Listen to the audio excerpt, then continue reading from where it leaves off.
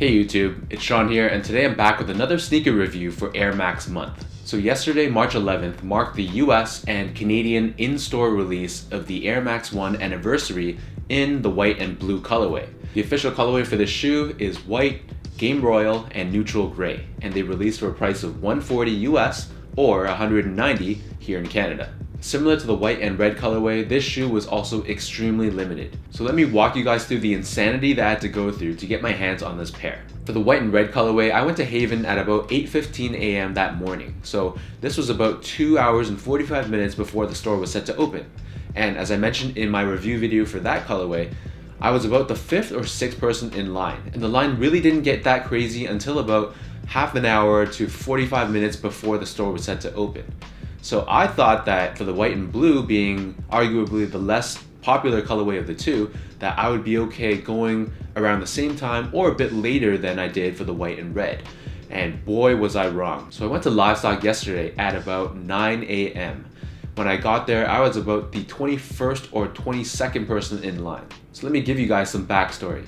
So here in Toronto, there's this thing called the Air Max bus. So what Nike's done is they've retrofitted this chartered bus, gutted the interior, and basically installed this Air Max museum in celebration of Air Max month. So inside the bus, there's these exhibits that break down the history of the Air Max lineage. There's also this wall that has these historic and holy grail Air Max 1 shoes. And after you're done walking through this exhibit, you're given this token. And this token is put into this machine that's like a giant gumball machine. So you're given this token, you pop it into the machine, twist the lever, and then out comes this capsule that holds your prize. So 99% of the prizes are a limited edition Nike Air Max pin. There's also another prize, which is an invite to the Sneak Easy Air Max Day event, which is this party that's being hosted on March 25th. And I believe it's being hosted in Toronto as well as Chicago, New York, and LA. The prize that everyone wants though is the chance to buy one of those Air Max 1 shoes on that grail wall that I was talking about for a price of $87 in reference to 1987, which was the debut year of the Air Max 1. So all of the Air Max 1s on that wall do have a number associated with them. So if the capsule that pops out on your turn does contain a number, that means that you're eligible to buy that specific shoe for $87. So these are some of the craziest Air Max 1 colorways to have ever released. We have some of the collabs with Pata, Air Max 1 the 6, the OG colorways, the Atmos. So if you can think of one of your Air Max 1 grails, chances are it's going to be on that wall with the opportunity for you to get it for $87. Whether it's how you grew up or what it meant to you in the era that those shoes came out, I think that really boils down to having some sort of nostalgic connection. My appreciation for the Air Max 1 comes heavily based on that bravery in design and in tech to push things to a place where no one had done before. So this bus is making its way around the city with various stops on certain dates in the next few weeks. As luck would have it, Livestock was the very first stop for the Air Max bus, and that happens to coincide with the release of these. So you can probably imagine the chaos with a bunch of people trying to get these Air Max 1s, and then a whole bunch of people that weren't trying to get the shoes but were in line trying to get on the bus.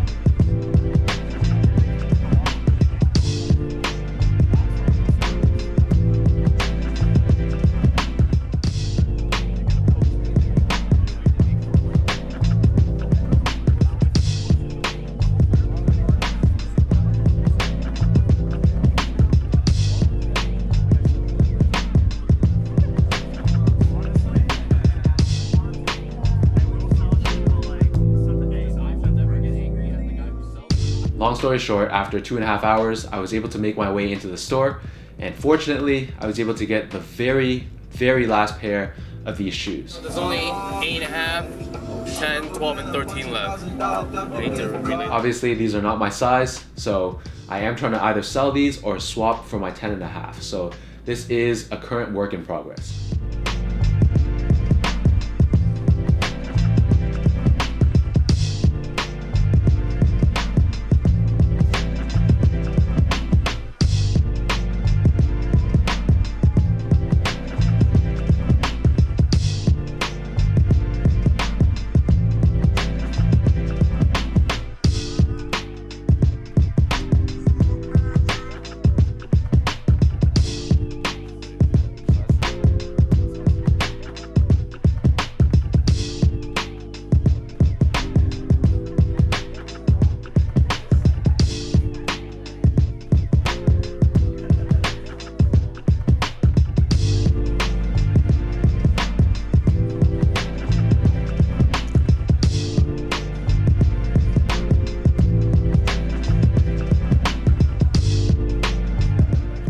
that said, now let's take a quick look at these shoes. So I did give a detailed review of the white and red colorway, which I'll link in the description below. So I'm not going to go into much detail about this. This is pretty much the exact same thing as the white reds, except instead of red, obviously, it is blue. So we still have this reshaped Air Max 1 silhouette, which is a lot closer to the OGs than compared to the silhouette of the recent retros. This shoe is comprised of this mesh material in white as a base layer. It has these neutral gray overlays on the mid panel as well as on the heel. And we have these Game Royal accents on the swoosh on both the lateral and the medial side. We have this Nike Air branding also in blue, as well as this blue suede mudguard wrapping around the toe box, along the lateral side, and partially covering the medial side. Additional Nike Air Max branding is found stitched onto the top of the tongue. We have these flat white nylon laces that come default with these shoes, and they do come with a secondary pair of white cotton laces, which are much softer in feel, as a secondary option. The insoles on these shoes are done in the same Game Royal color, featuring this Nike Air branding on the heel, done in white. This shoe sits atop the same white colored foam midsole with the exposed air bubble on the heel. Flipping it over to the outsole, we have this blue, black, and white colored outsole done in this rubber material, and it features this Nike Air branding along this white portion on the back heel. From a quality, build, and sizing perspective, this is exactly the same as the white and reds, so I stick with my true size for these, which is a 10.5. They do run maybe a little bit big, so if you're left with no choice and you have to either go a half size down or half size up, I'd recommend going a half size down. Personally, I'm not a big fan of why Nike made this and the white and reds such a limited release. This being an OG colorway with the OG shape, it would have made much more sense for them to release this in much bigger quantities, especially for the fact that this is the 30th anniversary of the Air Max 1. By making this shoe more available, this would have given the opportunity for both OG heads as well as new collectors that aren't that familiar with the Air Max 1 to be able to get their hands on this shoe. We can't argue with the facts though that making this and the white and red so limited has driven up the hype of the Air Max 1 to a level that I haven't seen before in a long time.